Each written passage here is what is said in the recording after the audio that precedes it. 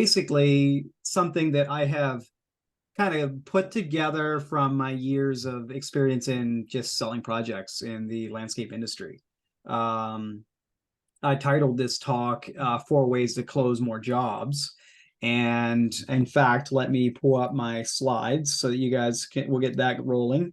But essentially, I did this to speak from the frame of not just more tactics or scripts, but more from the frame of what I saw actually move the needle in helping us close more jobs.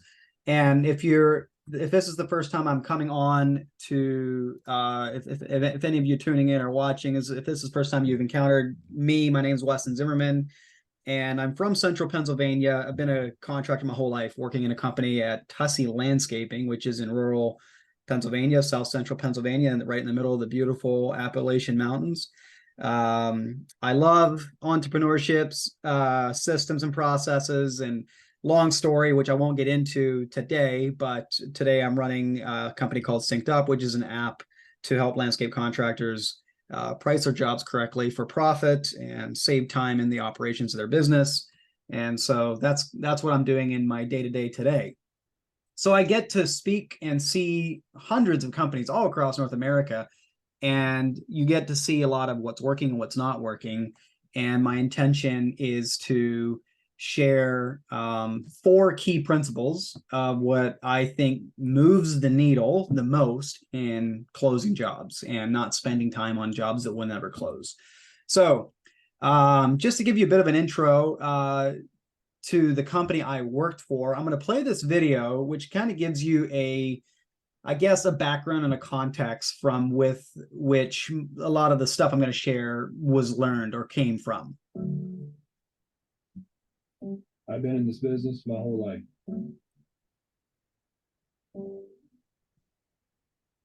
I was 15 years old when my dad and my brothers and I founded Tussey Landscaping.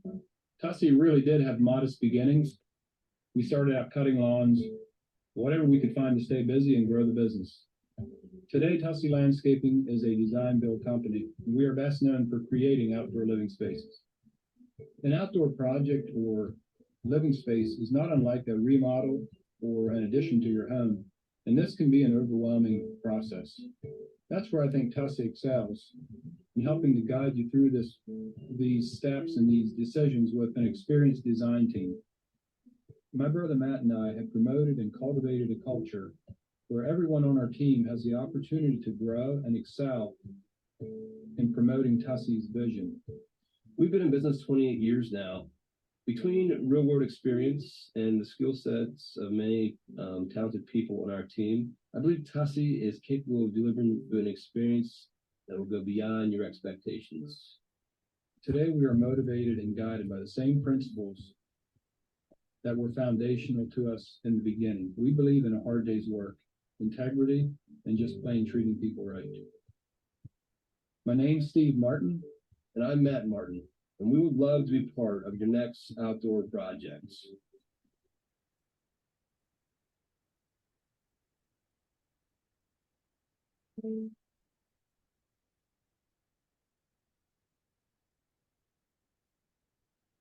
So that gives you an idea of where a lot of my experience and context has come from. And I share that just so that you know the frame with which the slides I share are kind of have evolved from. And I'm going to kick it off by sharing like the top reasons that I see people name for not winning the job. And the top one that you hear all the time is price. It's too, I'm going to go for the cheaper contractor. And another one that I see that doesn't get talked about nearly as much, but I think has almost more impact on winning or losing the job, which is taking too long to get the quote back. And finally, not a good fit client. And I'm going to unpack these three things as we go through the slides. But to close more jobs, the four things I have is to, for once and for all, nail down your pricing. If you can do this, it unlocks so much efficiency and speed on the tail end and lets you speed up your quote turnaround time, But the four main things that I'm going to name here to win more jobs more effectively is to nail down your pricing, filtering your leads, speeding up your quote turnaround time, and of course, delivering a professional proposal, not a napkin, not a yellow legal pad with pencil scratches all over it. And diving right in, getting started right down into the nailing down your pricing side. What this will do is give you a confidence. You know, you've heard people say sometimes that in sales, customers can smell the fear on you, or they can smell the lack of confidence on you, and it is extremely true. And one of the most effective things that can help you gain confidence is nailing down your pricing, so that when a client is saying, hey, you know, you submit a bid for 50 grand for a project and they're saying, hey, can you do it for 45?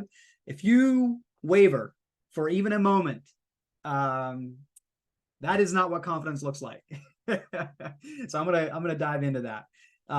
So I'm gonna paint the picture of what's all too common of a situation in the industry with landscape contractors out there bidding jobs. And that is, you get a lead for your biggest job yet. You're so excited. You can't wait to win this job. You're already envisioning what it's going to look like on your Instagram profile. And you sweat for hours, crunching all the numbers. And you get to the point where you're hovering over that button, that send for review, or or if you're doing in-person presentation, you drive in the driveway and you got this big fat number on this proposal you're about ready to present to your client. And you start having these doubts and these like, but oh man, is it, are they going to go for that? Is it too much? And when you do present it and they do see the number and they're like, yeah, can you do it for 5 grand less? Can you do it for, you know, a few percent less? What can happen if you're not rock solid confident on your pricing is you'll look at the schedule, the leads are slowing down, you need the work, and you'll go, yeah, sure.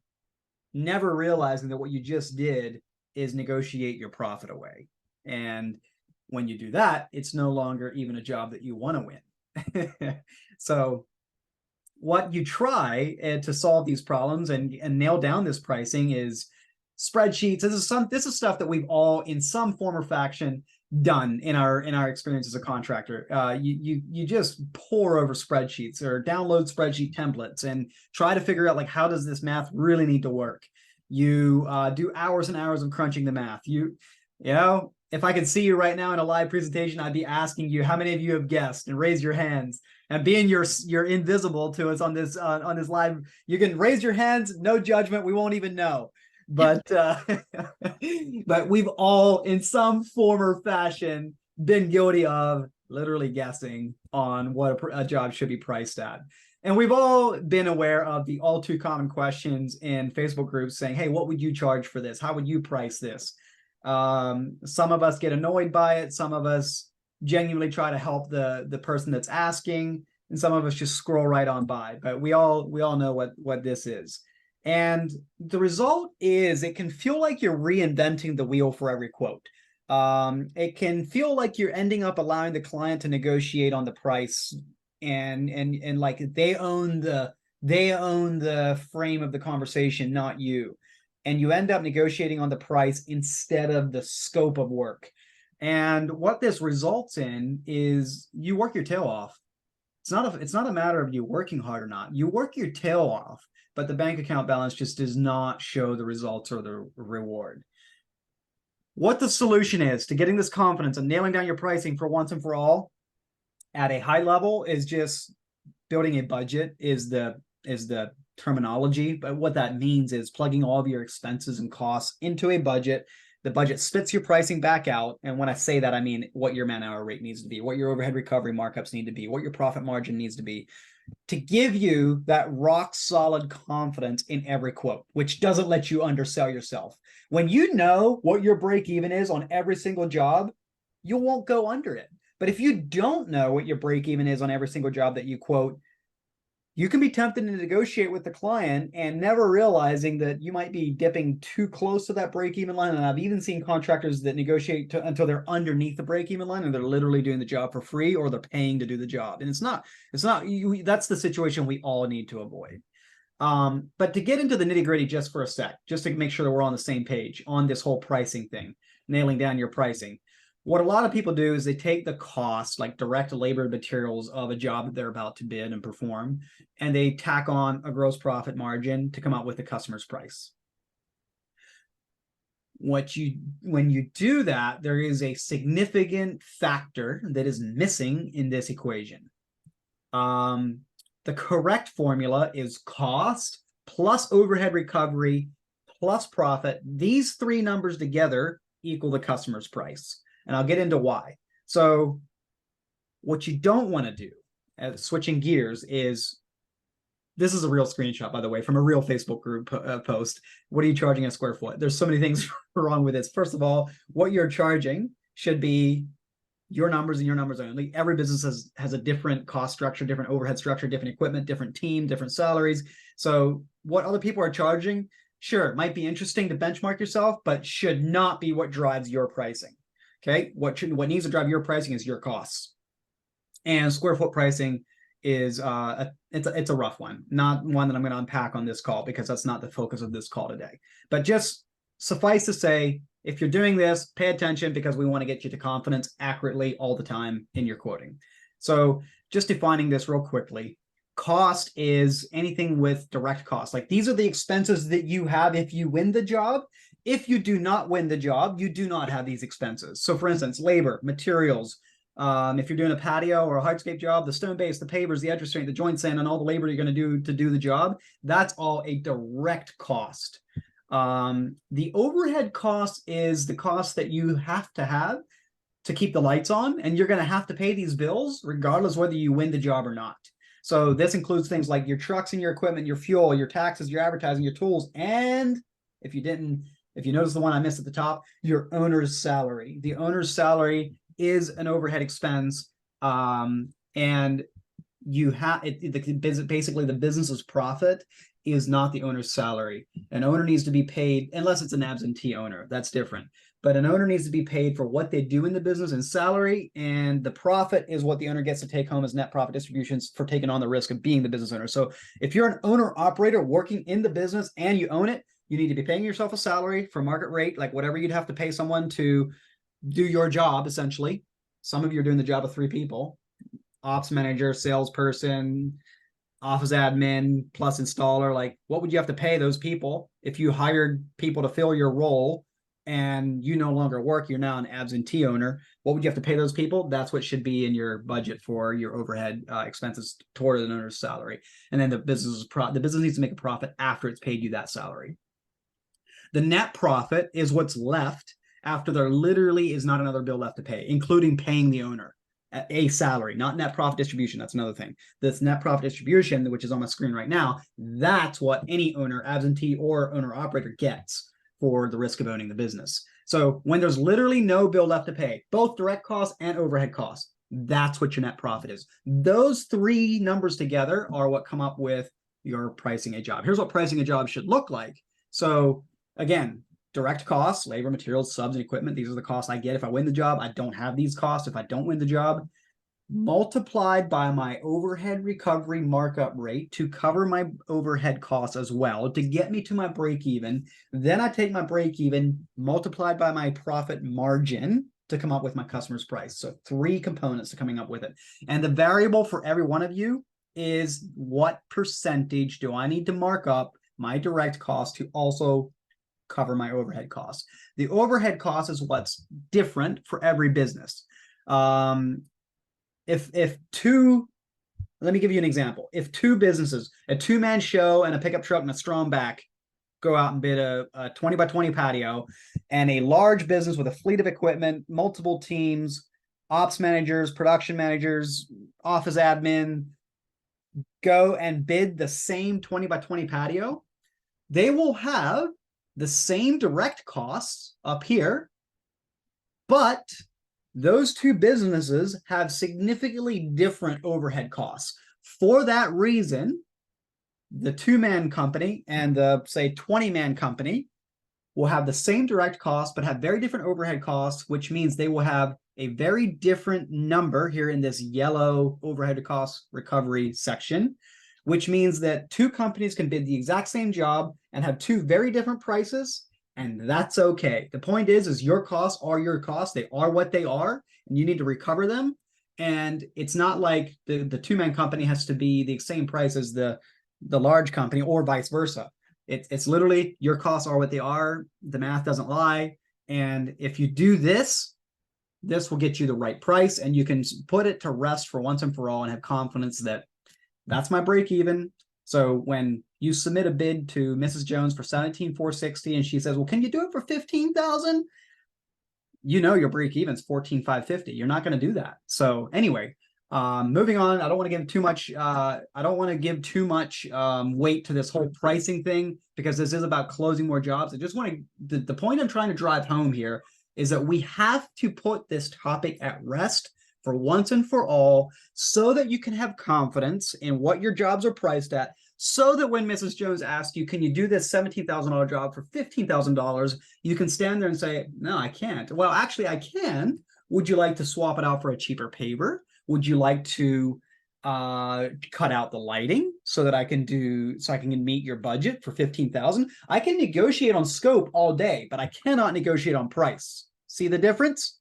Very key difference. And it's not our client's faults, because whose job is it? Like, we live in a consumer society where you walk into TJ Maxx and everything's 50% off. Like, this is just the society we live in, and it's kind of the consumer buying pattern that people are accustomed to. They don't understand that construction or services don't work that way.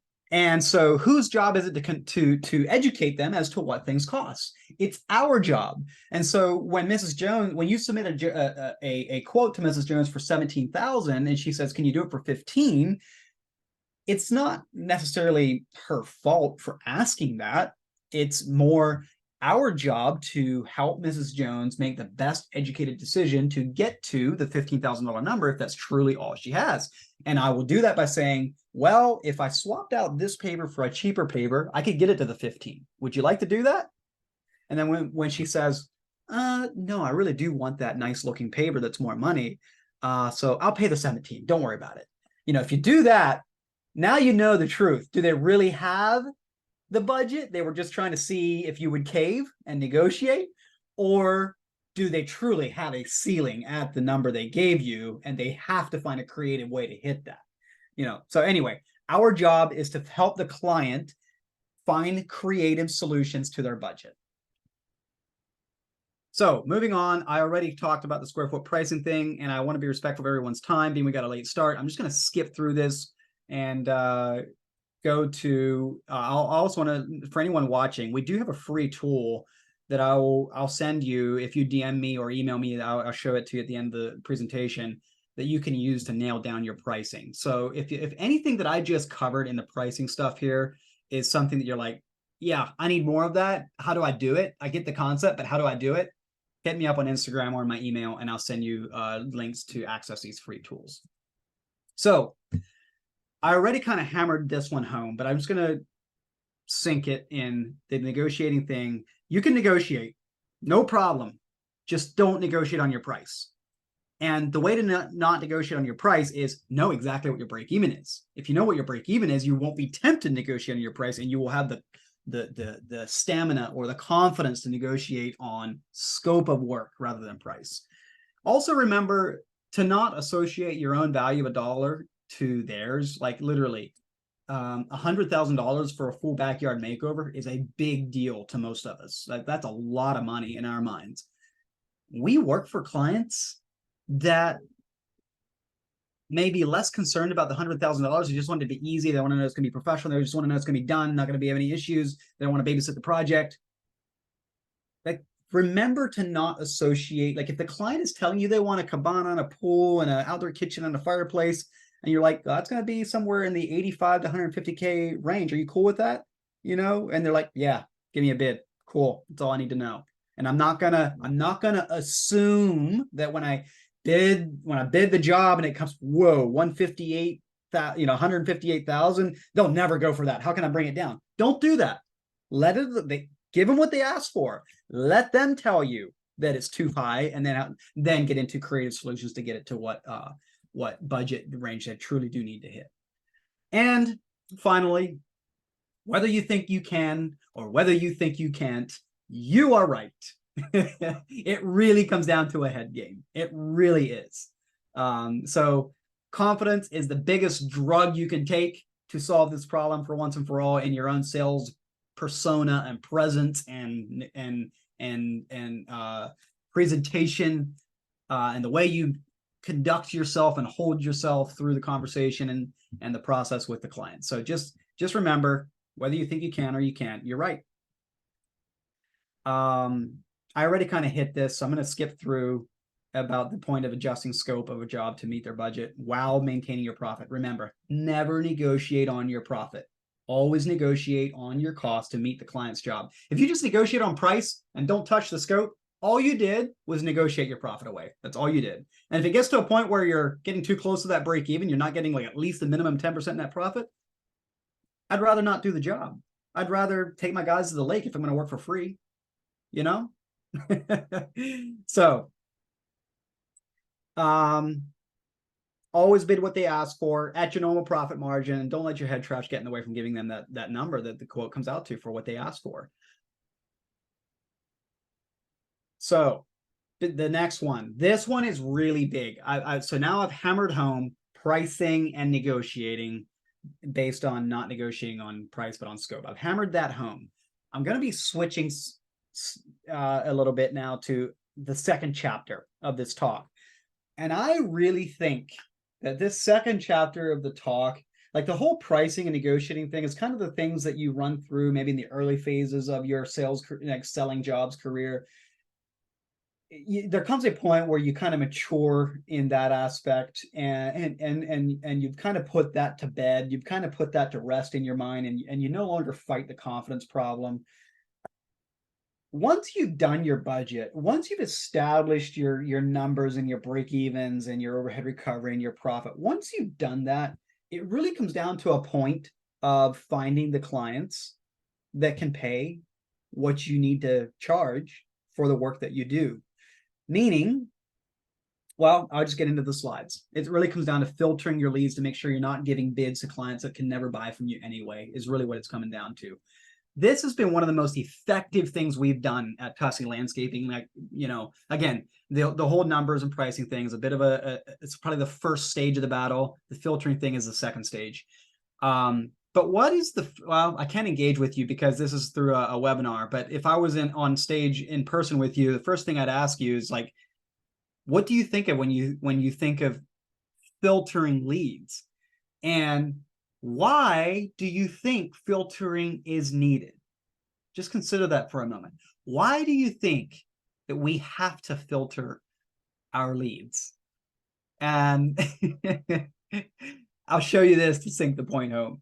So my good friend Sean from Premier Outdoor, I'm using one of his beautiful Instagram photos of one of his projects to make a point.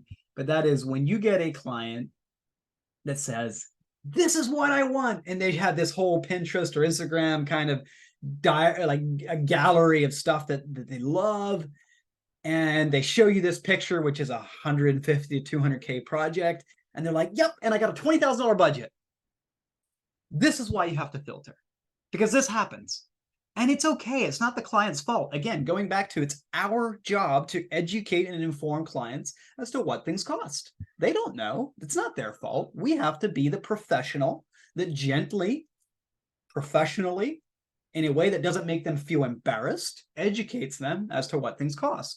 So when the client comes to me in this way, I don't want to make them feel embarrassed that they came to me asking for a $200,000 project when they said they had a $20,000 budget. It's a little bit like going to a Ferrari dealership and saying, yeah, I got 50 grand. I want to buy a Ferrari. It's like, that's a nice little cute little down payment, you know, and then you feel embarrassed and you leave. Like, we don't want to have that experience. So the best thing we can do, well, let me just back up a second.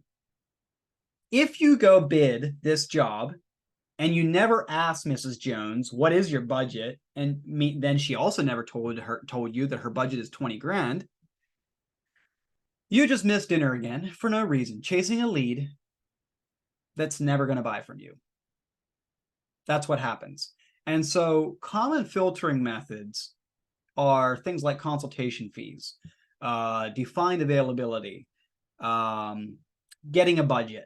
And I'm going to break through my slides here to kind of unpack each one of these. So in consultation fees, it's a common topic on Facebook groups where it's like, I never charge, I give free estimates, or I always charge for your estimates, or charge for your designs.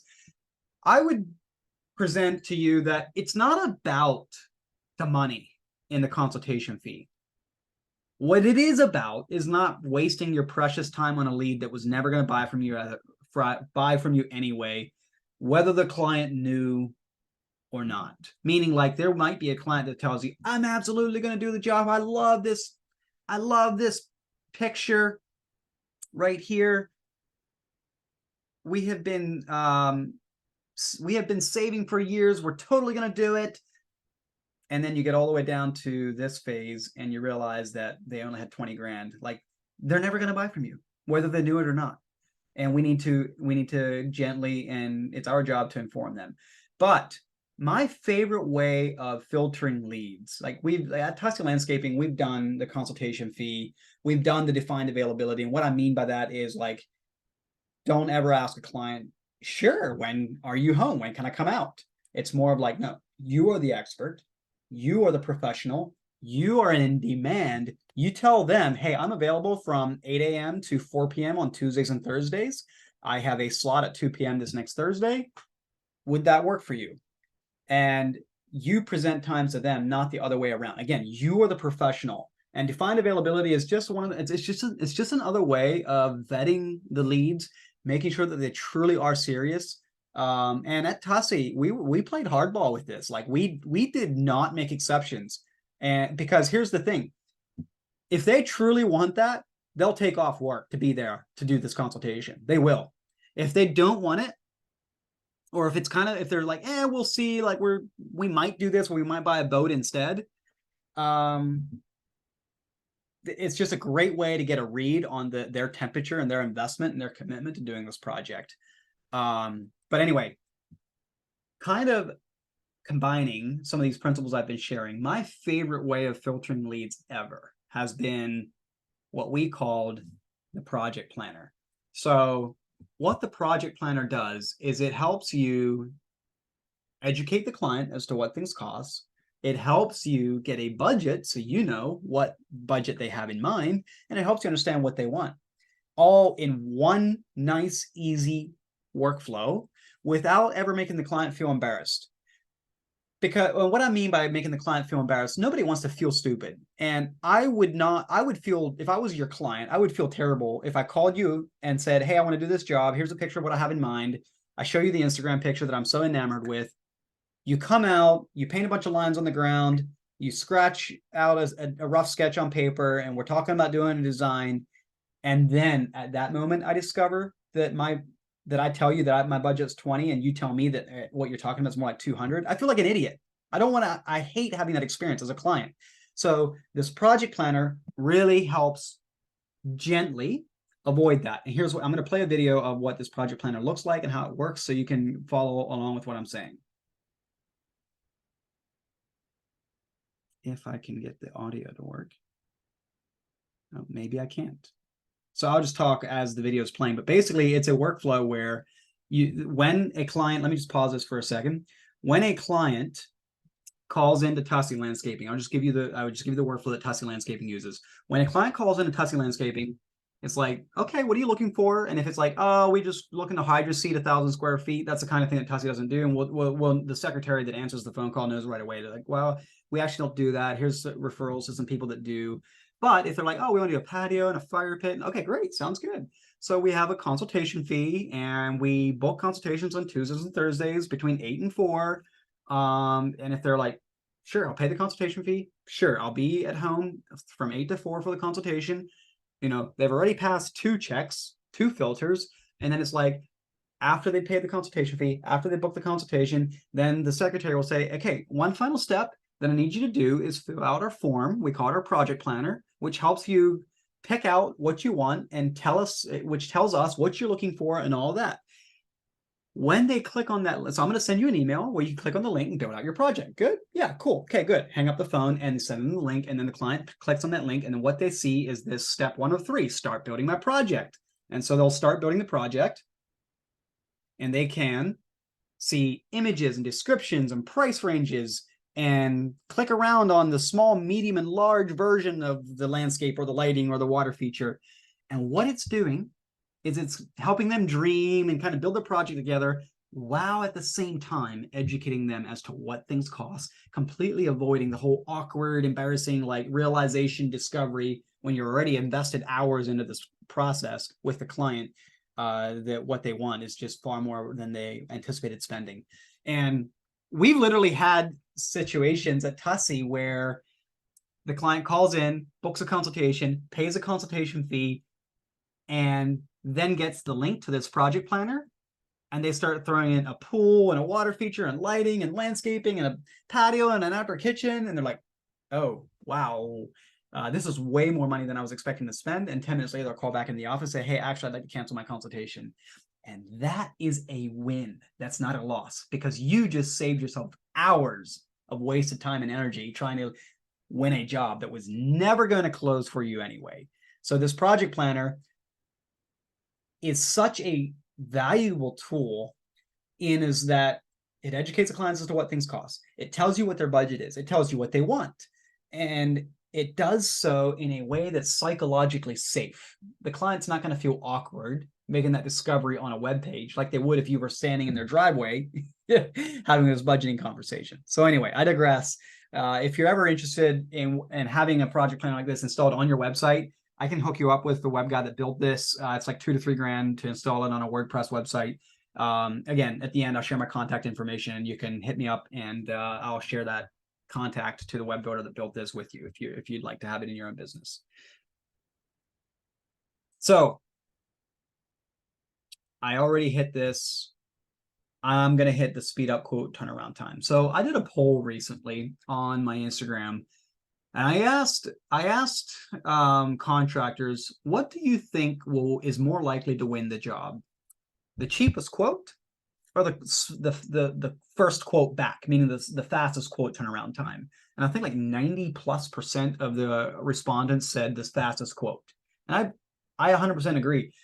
The psychology of fast lead turnaround time, it is undisputable. Like, studies have been done on it. There's tons of information and studies out there on it, in that how important quote turnaround or lead response time is. Like, in the context of, like, let's say you get a lead on your website, somebody drops you a contact form. It is unbelievable how, like, after 5 minutes, on one study that I read, after 5 minutes, the likelihood of that lead converting dropped by over 90%. It's insane. Now, I know there's variances in different industries and depending what you're selling and all of that, but it truly is a massive factor. And I argue that it is a larger factor than being the cheapest quote. Speeding up, this is the goal, to speed up the estimating process and get your quotes back to your customers quicker. And I'm just going to plus onto the whole know your numbers conversation that I kicked it off with, which is like, if you can nail down your pricing and stop overanalyzing and reinventing the wheel on every single quote you do, and it's just like bam, bam, bam, templates and production rates, and you in a matter of minutes you can get your price out, that is going to help you win jobs as effectively, if not more effectively, than being competitively priced. And just to give you an example of what's possible, I talked to a client from California that uses Synced Up, that used to quote $250,000 jobs, multi-six-figure backyard makeovers in spreadsheets. It would take him 2 to 3 days to pull a quote together. After he had onboarded into Synced Up and done templates and production rates and all of that, he could bid that same job in 10 to 15 minutes. That's the power of nailing down pricing, getting templates and production rates in your bidding process, so you're not reinventing the wheel every single time, crunching the numbers in your head every single time. Like, templates and production rates is essentially the act of getting all the information that's in your head that is from 20 years of experience, doing brain surgery, and getting it out and baking it into systems and processes, templates and production rates, that help you just like, new quote, drag in my patio template, plug in my measurements, all the numbers are done. That's the power, and that's one of the most effective ways to speed up your quote turnaround time. Go from reinventing the wheel, doing a bunch of mental math every single time, to templates and production rates that you just plug in measurements and bam, you got your numbers. And you're going to win more jobs by providing a quote quickly. And in most cases, like let's say you're a company that does, your bread and butter is $50,000 patios. You can do a quote like that before leaving the driveway, no problem. Absolutely. I've seen it done. I've seen it done over and over and over again. So if you can do that, you will win that quote far more likely than if you are the cheapest guy giving the quote. Another tip to speed up your quote turnaround time is don't be calling your vendors for pricing on every quote. Now, asterisk on this, COVID really threw a wrench into this. So you probably actually should be at least regularly checking that the pricing information that you have on hand in your spreadsheet or in your software or whatever your price book is up to date. It used to be that the pricing would be set for the year and you didn't have to guess it again. But in this day and age, you do have to check. So I'm not saying don't keep your pricing updated. I'm saying keep your pricing updated, but don't be like, oh, I need to do a bid for a patio with that payer that I haven't done before. So I'm calling the vendor and my sales guy's not available. He'll call me back. Well, I got to the end of the business day. Now it's tomorrow and I got busy and 3 days go by and I still don't have the price that I need. So I can bid the quote. So I can turn around the quote to the client. You see what I'm saying? You don't want to be doing that.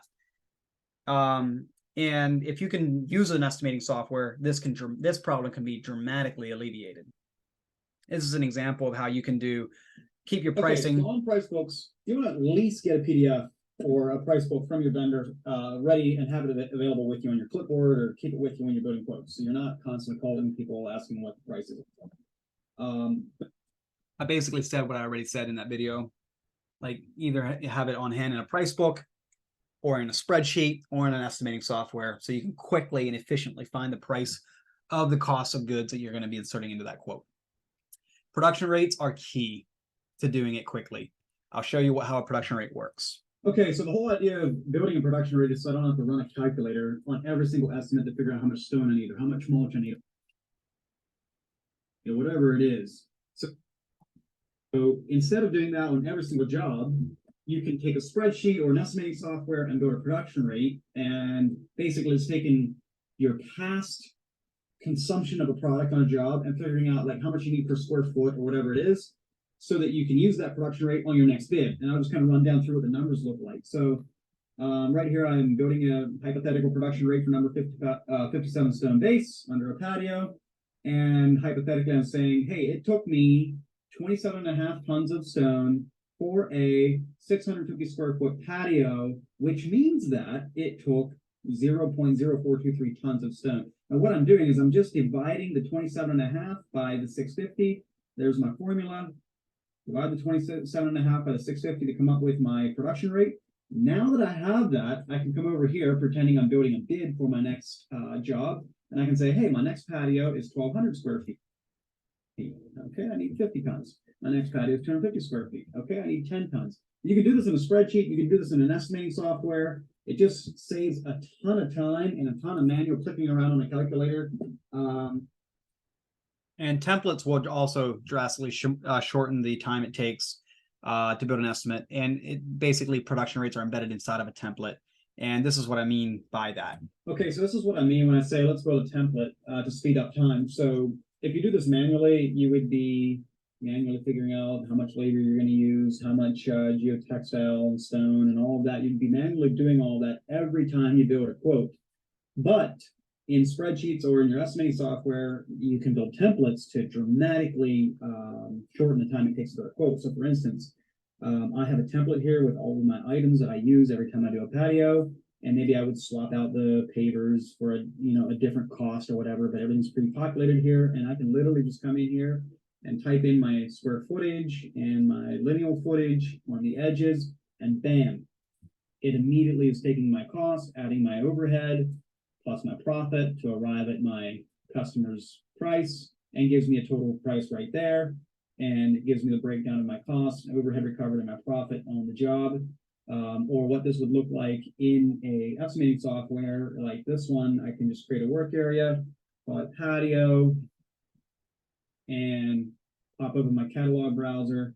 And here I have a bunch of templates in here, drag and drop my patio template, and bam, I've got all my stuff in there, and I can just say, well, it's 850 square feet, and it gives me the total hours I need. I can do it for my stone. So this is super, super effective to save a ton of time and also just pull information out of your head into something that's in a system and in a process that.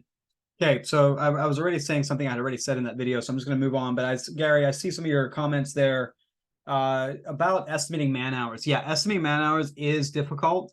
Here's the thing. The way to build confidence in estimating man hours is by tracking your man hours out in the field on production. And what I mean by that is, let's say you have a job that has landscaping, it has hardscaping, and it has lighting. When I'm building that estimate, I'm estimating my man hours for my landscaping. I'm estimating my man hours for my patio, my hardscape. Then I'm estimating my man hours to install my lighting. I mean, I'm estimating on a per work area level or a per line item level. Then let's just say it's the very first time I'm ever estimating. So I'm kind of guessing how long it's going to take me with a 3-man crew. Okay. But the way I can move from guessing to turning that labor into a production rate is by tracking how long it actually took me out in the field to install that landscape, to install that hardscape, and to install that lighting. So let's say I bid, it's going to take me 50 hours to do the landscape, and it's 85 perennials, 30 shrubs, and 5 trees. And if I track my man hours out in the field, I can then say, well, it actually took me 42 man hours, which means I can build a production rate to that. Oh, we can do 15 perennials per 1 man hour. We can plant 1 tree per man hour. We can plant 3 shrubs per 1 man hour, whatever. The point is you're coming up with production rates. With hardscape, let's say I bid it was going to take me 120 man hours to install the patio. And then it took me 140. Well, what I want to do is take the square footage of that patio divided by the man hours it actually took, which say maybe I can install 3.5 square feet of patio from breaking ground to cleaning up per man hour. Now, I'll track that on every job, and let's say I get 10 jobs of data and 20 jobs of data and 50 jobs of data. The more jobs of data I get on how many man hours it took per square foot to actually install that, the more accurate my production rate will be. And so the answer to getting confident in bidding labor on the estimated side is tracking out in the field and converting that into production rates. And converting that into production rates is just like, took me 100 man hours, it was 250 square feet. I take the 100 divided by 250, come up with my production rate. Or it took me 30 man hours to plant 80 shrubs, take the 30 divided by 80 and come up with how many shrubs I can plant per man hour. Like, that's what it looks like. So the key really is to tracking.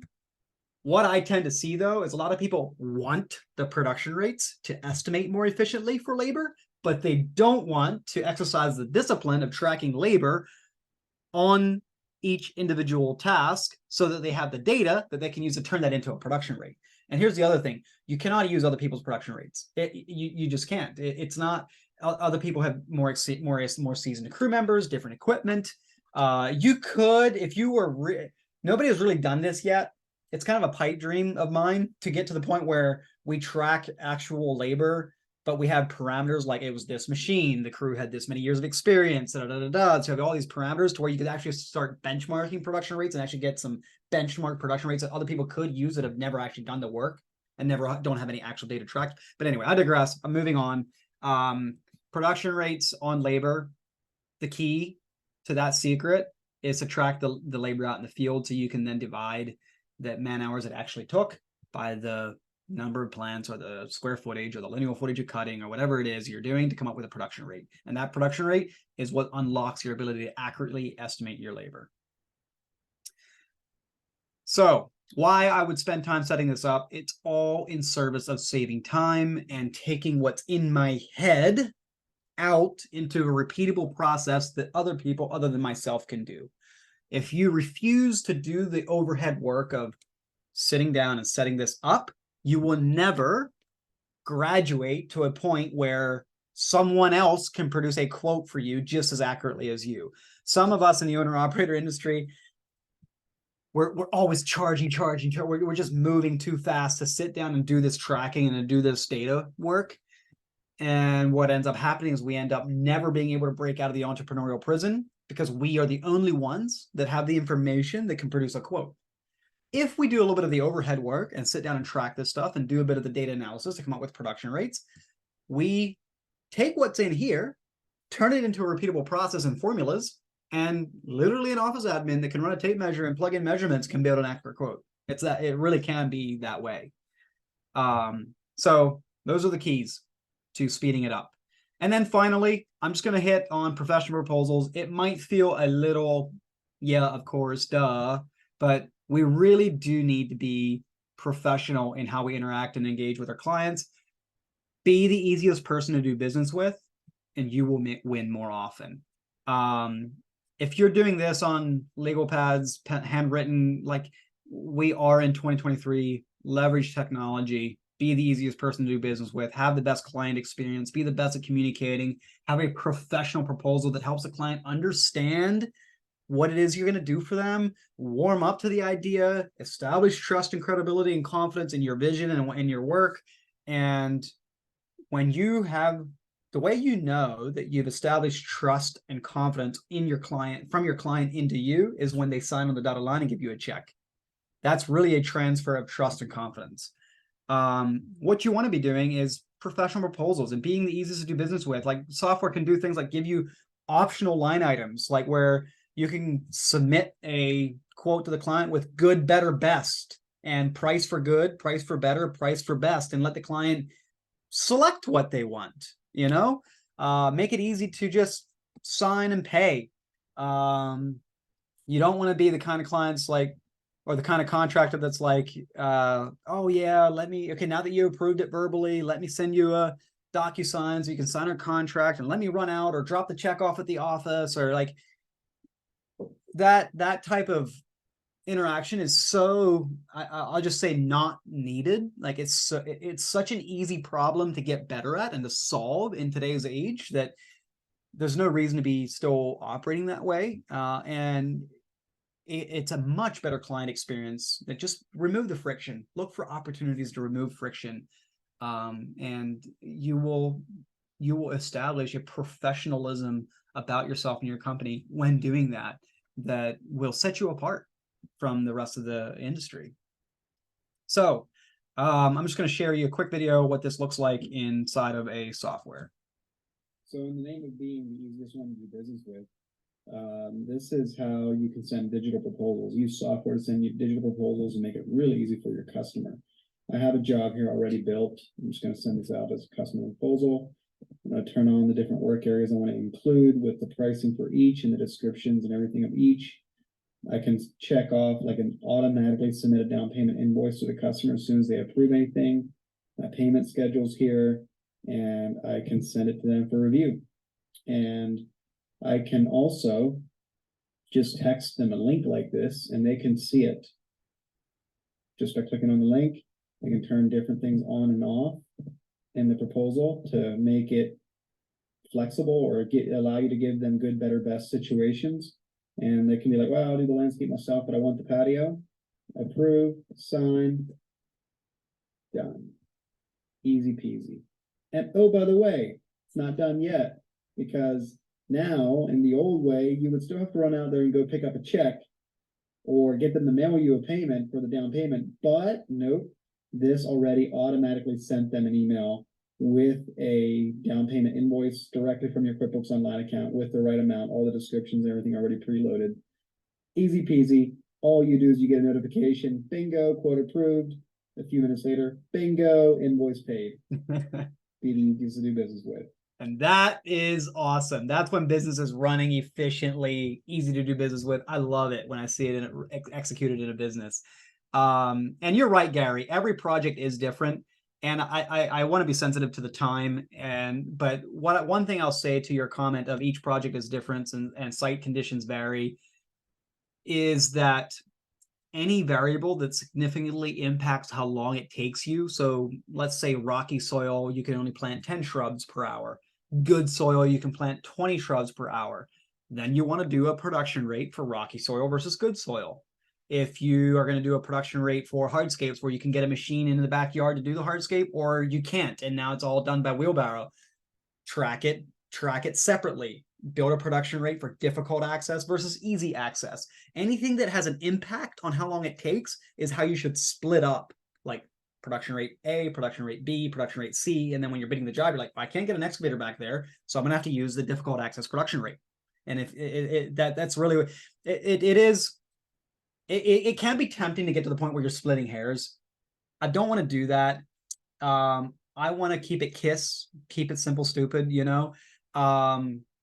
I only want to set up the structure in a way, the structure of my data, my production rates and all that, my templates, in a way that makes it easier to do business and doesn't just delve into this endless analysis paralysis. I've definitely seen people go to the extreme end of this, and it turns into analysis paralysis where they're just like blowing their brains on, wow, oh my, all these variables and all of that. But I digress. Keep it simple. Even if you just start tracking production rates and you're like, well, this is going to be a more difficult access than normal, so I'm just going to take what the production rate gives me and I'm going to increase it by 20%. That's better than not having a production rate at all. You know, just going in with your eyes wide open. So keep it simple. Make sure it's serving you and not overwhelming you is my answer to that. Be confident, be professional, be prompt, do what you said you will do, and you will close more proposals. I can guarantee you that. I've seen it hundreds of times.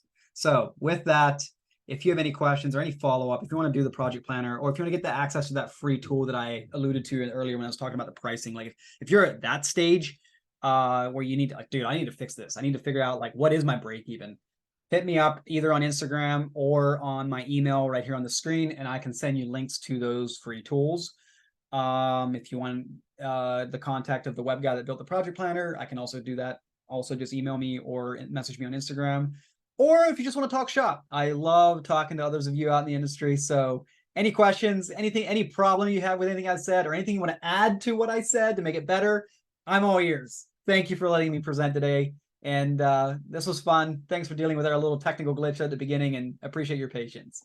Yeah, thank you so much, Weston. And yeah, I just to reiterate what Gary says, that he's impressed with your knowledge. Really great presentation, and you did it quickly and efficiently. So thank you for that patience, and thanks everyone for joining us. Absolutely. Cheers.